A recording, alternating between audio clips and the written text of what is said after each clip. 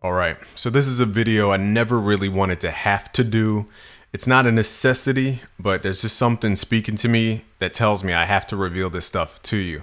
So if you don't know who I am, I'm Game from BusyWorksBeats.com. I've been training over 500,000 producers and artists around the world. We've helped millions around the world. I'm just giving you the YouTube stats. We're close to 600,000 trainees around the world. It's a very insane thing to think about. So thank you if you're one of those folks that we got to help. Let me know in the comments below, actually. And please like this video, because if it weren't for you, we wouldn't have had this moment right now.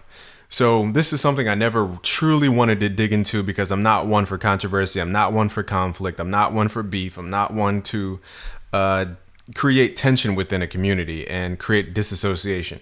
But today I want to reveal the 10 secrets that these producers are going to hate me for revealing, but I feel like you need to know so that we can all move forward as a culture. Okay, so I have them written down so I don't lose track. But these are 10 things I really thought about and said, what is it that producers don't want me to reveal? I'm talking about top producers. Now, just a quick little list of what I'm up to. I've been working with $1 billion company Razer. Okay, they're a laptop company, gaming laptop company. I've been on that label for 2 years, which is longer than, I think, if not the longest person on their campaigns. For example, other people on that campaign was Metro Boomin, Murder Beats, Sunny Digital was on that campaign. Who else was on there? I'm slipping my mind of the other folks on there. Oh, Dead Mouse, and more. Okay, and I was on there for 2 years. The other guys were only on there for 1. So it just shows you like how much these companies respect BusyWorks Beats. And it's not an ego thing. It's because I create value for these companies. They want somebody who can create tons of value. Long story short, we work with $1 billion company Razer. We worked with the top companies in the audio community. I'm talking about like iZotope. I just happen to be wearing the shirt. This is not product placement. I just wore the shirt because I didn't want to wear a gym shirt outside earlier when I went to go see somebody. But we work with iZotope. We work with Arturia, Native Instruments, Universal Audio. Who else? Sweetwater, Image Line, all the top guys we've worked with, because we want to associate with the best of the best. We don't want to just randomly work with random companies. But I say that to say this, is that I have a lot of insight about the music industry, where it's going, and the key players. I've been around Grammy producers. I've been around Grammy winning songwriters, Grammy winning producers, platinum plaque winning producers. I've seen their process from start to finish. And here's the secrets, okay? Without further ado, so please like the video so you can give me some energy and some air to my oxygen to my lungs, so I can spit through these 10. And I'll try to edit this video to chop it down as much as I can. So the first secret they really do not want you to know, and they'll probably hate me for revealing this, is that you don't need thousands of plugins. Now, this seems obvious to the person without a lot of money to even buy plugins. But for somebody like me, I've spent tens of thousands of dollars on plugins just because I thought, oh, maybe this next thing has the greatest thing in it, or this next plugin will teach me how to do whatever. I've gone through the trial and error, and I can tell you I use about 10 to 20 plugins max, maybe. If I had to count, I'd say 10 to 20 max. I don't use any more than 10 to 20, and I have hundreds of plugins. I have near 1,000, if not 1,000. I have 800 last time I remember counting, near 1,000. You don't need thousands of plugins. Now, I'm saying this because we get caught up in this culture of trying to always get the new whatever, and that's cool. One thing I will say is that when you get new plugins and new ways of doing things, it inspires you. That's one hidden moment of inspiration. If you're looking for inspiration, get some new plugins. It will just help you feel like you're onto something new. It's going to change your mindset. But you don't need 1,000 of those plugins. So I want you to reinvest your money a little bit differently so you can grow a lot faster, instead of not throwing it down the drain with plugins, but you just don't need a ton of plugins. I don't want you to get stifled thinking that you have to have all this stuff to get started. Now, the second secret here that they probably really don't, this is something they really, really, really do not want you to understand, is that they use the Fruity Soft Clipper as their secret sauce for the drums. Now, I have a whole video on this below. I'll be sure to link the video, but maybe I'll edit in like a clip of me explaining what this is, and I'll let this be the area where it magically pops up. Hopefully I remember to edit that point. But the Fruity Soft Clipper is essentially a limiter, and it's a certain limiter that doesn't have a sound to it. It's very transparent, and anyway, they crank the gain of their kicks and snares so that it's hitting this limiter.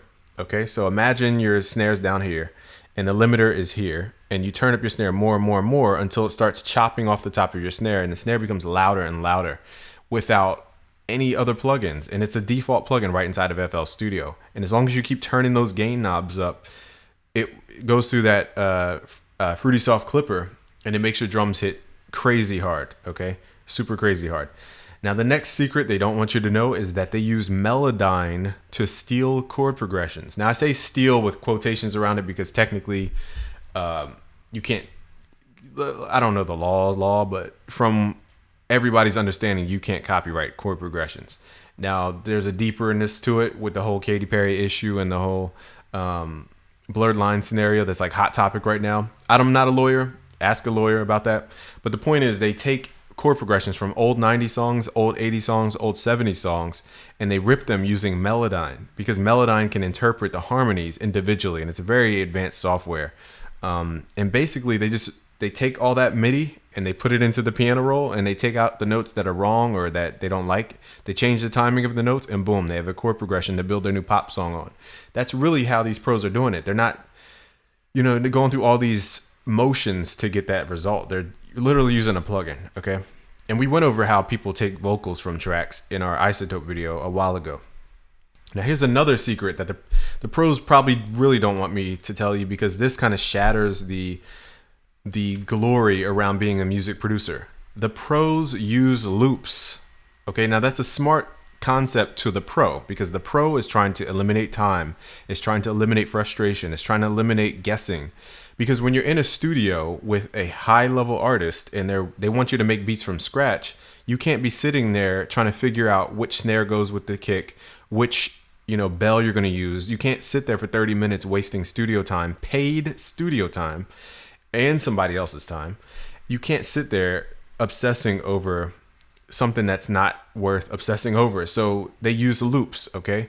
And that speeds up the process. There's like templates. They think of their production as templatized, but they can customize wherever they want to customize. But they don't sit there experimenting, trying to say, oh, will this work? Will this not work? They have a folder of stuff that works, and they'll bring it in and just kind of see what the artist is vibing with as they go along. The pros use loops. It makes sense to the pro because their job is to save time.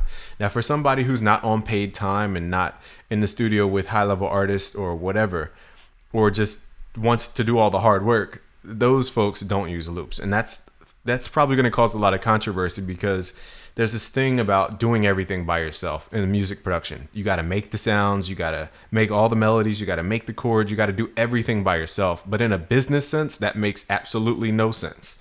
In business, you do not do everything by yourself, or else you're not going to get the highest value for your time. But that's a different conversation. That's why the pros are different than, average folks. The fifth secret they do not want me to tell you is that there is a songwriting formula. There is a complete songwriting formula. We go over this in our premium section at busyworksbeats.com/premium. It's the exact Mike Caren formula, okay, from Atlantic Records. He is known to have a formula for hit songs, and I break it down. And we use examples from certain hit songs and reveal all the parameters that make that song a hit song. And once you know this stuff, you learn it once and you can apply it to anything. It's extremely powerful.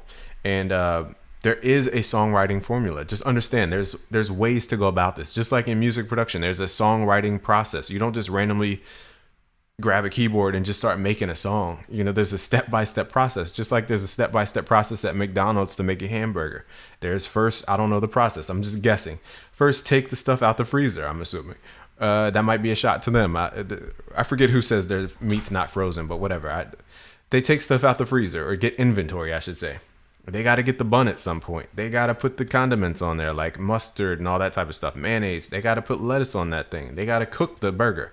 They got to put the burger on there. So there's a step-by-step process. Same thing goes with music and music production. There's a step-by-step way of creating a song. If you want a song to be your end result every single time, and your end goal, there's a step-by-step process. And you have to learn that process if you want to get to that end point. This is the reason why you're stuck all the time making beats and having, writer's block, beat block. It's because you don't have the process. And we illustrate that process in thorough detail at busyworksbeats.com/premium. So not only do we show you the songwriting secrets that pros like Mike Caren would use in Atlantic and other songwriting geniuses, but we also show you the step-by-step songwriting process, all in the premium section. So next up is the pros use templates. Now this is not as risque to say as that they use loops, but templates, it's a little bit easier understood in the engineering world, because when you have an artist come in and you don't know who the artist is and you don't know their style, you have to have at least a bare standard for something that they can enjoy. Now, engineers will understand this a little bit more, and let me know in the comments if you're an engineer, because I respect engineers because they just have to deal with so many subjective perspectives. So for example, if a random artist comes in your studio one day and they want auto-tune and all these things, they want their voice to sound a certain way, they might be male, they might be female. Engineers who are smart have templates before the artist even comes in. So they have a male template, they have a female template, they have a hip hop template, they have an R&B template, because all those templates have to have different things change. Like R&B might not have as much auto-tune because it'll make the vocal sound fake, whereas hip hop would have a lot of auto-tune. And there's a billion different things they could change about it. But the main thing is that when you're recording into a DAW of your choice, you naturally want to hear like effects on your voice, like reverb, auto-tune, delay. Those things make you more animated while you're singing. So you get to hear back the effects of your voice. And that's something that engineers set up most of the time ahead of the time if they templatize. So using templates is key. And this also stems to music producers who use templates. I know top music producers that we've helped with our templates from the Ultimate Producer Bundle. In the Ultimate Producer Bundle, you have templates. And this is the same exact thing, except this template not only gives you the mixing presets and mixing templates, but it also gives you the sound templates, the sounds that work together, the songwriting structures that work. We have all the plugins arranged, everything is properly routed, so it's pre-made for you, and you can customize anything you want. That's the power of a template. Why waste a bunch of time trying to figure out what works with what? You're going to be experimenting for days and days and days. It's unnecessary. It's just like science experiments. That's why they call it the lab. We're literally experimenting if we do not use templates. Now, the next secret here is that the pros use analog sounds. And when I say analog, I mean, generally speaking, hardware sounds, okay? And with hardware, it's a lot different. Not just hardware, because analog, you can have hardware digital sounds. I don't want to get into the whole science of it. The point is, analog sound is more rich, in my opinion. You could feel it more like in the center of your head. It has a depth that other digital plugins and synthesizers don't have.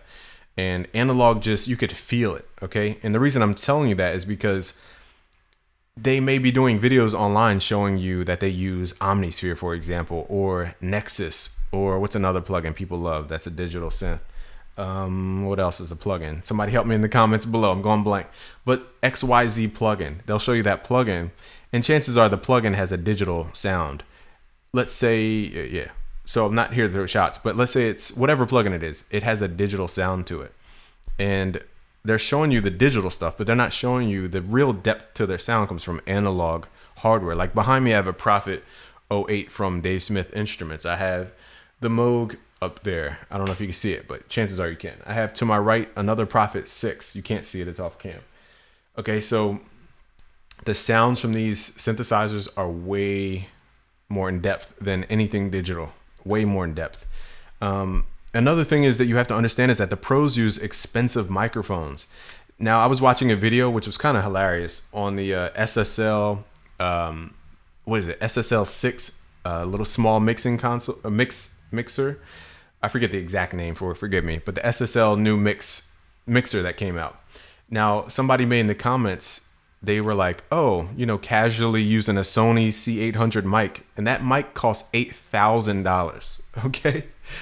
And they're in a studio that has acoustically treated walls. Chances are your room is like my room. You don't have a bunch of stuff on the walls. Chances are, you're not using a $8,000 microphone. You're using a $400 Shure SM7B microphone.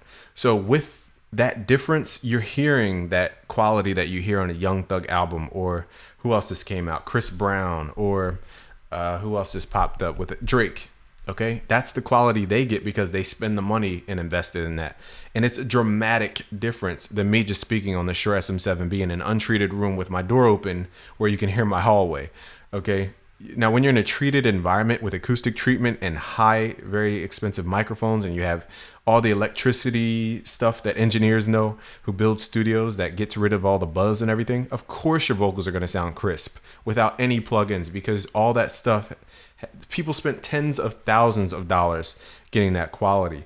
Now, I'm saying this because the pros don't want you to understand that there's a huge difference, and you can only max out your potential on the computer to a certain degree. Your mix can only go to about 70%. And that extra 30% that you hear on Drake's album, Chris Brown's album, whoever's album that's super crisp, that's because they have all those hundreds of thousands of dollars worth of equipment and signal flow and all this type of stuff. You just can't get that at home. And I'm not going to sit here and lie to you anymore. And I'm not that I was lying to you in the first place, but I mean, as far as on behalf of the producer community, I can't sit here and let people lie to you saying that you can get the most crisp of mixes in your home studio. That's not possible in the realm of your perspective of what a crisp mix is. I'm not saying it's impossible. I'm not saying that putting up acoustic treatment on your walls won't help. I'm not saying that your microphone can do a decent job. I'm saying when you have all these high level things, you don't need an EQ. You don't need a compressor when you have all that stuff that sounds perfect from the gate. And I've experienced it. I've been to a studio, $1 million facility, and I've heard the difference. It's light years different. And that's what I'm trying to illustrate in this point. It's a long point, but it's something you need to understand, is that the quality difference, you can only get but so much on a computer. I don't want you wasting tons and tons of dollars on plugins that will never get you that analog hardware, a very expensive microphone sound. I just don't want you wasting your money on crap that will never fix the computer problem. Okay. Next up is that a lot of producers who will hate me for saying this, they recycle drums from old drum machines. Like, the majority of the drums you love, not the majority, because some are new, some have new characteristics, but the majority of the drums you love come from old drum machines, just edited in a different way. Now, I do respect producers who edit, mix, and try to change the sound, but a lot of folks just copy and paste the sound from old drum machines and call it a day. Now, that's fine as far as curating sound. I get that too. I'm not here to bash anybody with a drum kit. I'm saying that the majority of those sounds come from the retro drum machines, whether you knew it or not. Now, that's all I'm going to say on that. But we can get into the debate, but I do respect designers who take a sound, they EQ it, they make the kick thumpier, because a lot of kicks in those drum machines are not thumpy. They're just like boom, boom, but producers nowadays know how to mix, so they make it go boom. It's a lot different. You're changing the kick. So I do respect producers who understand that. But I just want to show you that a lot of the drum sounds come from those old retro drum machines. That's all I'm here to really illustrate. I'm not here to bash anybody's business, because I respect everybody. And lastly, I want to say that I respect people who curate just as much as people who, delve into pure design from the ground up. Curation is a skill as well. All right. So the ninth secret here is that engineers do most of the work that all the pro producers take credit for. Like, if you watch a lot of pro producers, they can't even explain half the stuff because, one, they don't know it. Two, they hire pro mixing engineers to mix their tracks. So it takes it from sounding like a track you might make at home to something that Kanye might make, because the mixing engineer does the real work. And I don't mean real as in to belittle the idea of the concept of the song. I mean, the reason the 808 hits so hard is because the mixing engineer. The reason the drums sound so separated and sound separated is the mixing engineer. Like, it could have been a jumbled mess before. You just don't know, because they weren't the person to have the final hand on the record most of the time. And the engineer deserves a lot more credit, because producers are getting all the shine right now, which is great. And I think they should get more credit, or shine, I should say. And engineers are starting to get more shine as well. And just understand the power of an engineer can literally transform a whole entire song to make it sound way harder. And I've shown you, hopefully on this channel, how we remixed one of our tracks somebody else made and made it sound harder. And yeah, the engineers do most of the work. So that's all I gotta say. I'm not gonna harp on that one. That's something that you probably didn't understand though. And here's the last one, is the last secret that these producers will really hate me for saying, is that they really don't know their craft. Now, this sounds like I'm bashing and blasphemy to the gods of music production, but what I'm saying is that your top favorite producers probably don't know everything about music theory, mixing, sound design, arrangement, sound sourcing. They don't know all this stuff. And that's not a good or a bad thing, because at their level of competency, there's 4 levels of competency. I'll keep it short. There's unconscious incompetence, which means that you don't know that you don't know. There's conscious incompetence, which means you know that you don't know. There's a 3rd level, which is conscious competence, which is that you know something, which is the level that we try to bring you to, because we want you to understand this stuff from the ground up. We want you to understand music theory, mixing, sound design, how to sample, how to make beats in FL Studio, how to use other DAWs, how to record, how to master. We teach you all this stuff to take you to that conscious competence level. And once you practice there at the conscious competence, once you know that you know, it becomes a matter of back of hand, some people call it, okay? Back of hand or habit. And this is called the unconscious competence. This is where you don't know that you know something. And this is where the majority of professionals are. They're so in the flow of what they're doing, they don't even know why they're good. They don't even know what they're doing. They don't even know why they made that decision. And that's what we're here to do at busyworksbeats.com. Break it all down, make it super easy for you to understand what these pros are doing, because the pros don't even know what they're doing. I had a whole biology degree at Villanova University, and all you do in biology is observe patterns. And that's all I do. And I bring it to you in the music production space, because the pros don't even know what makes them great. And I'm sure you can watch any masterclass right now. I'm not bashing any other companies or anything like that, but I'm sure you can watch interviews, YouTube videos, masterclasses, and you'll be like, wow, they're literally saying nothing. They don't even know their own craft. You probably know more than the person you're listening to. So I say that in not an arrogant way, but in a way to understand that you have more tools now at the fingertips than ever before. So I hope to help you in this journey as a music producer. I may or may not edit this. We'll see. But thank you for watching today. Please like the video if you like these style videos. It's busyworksbeats.com.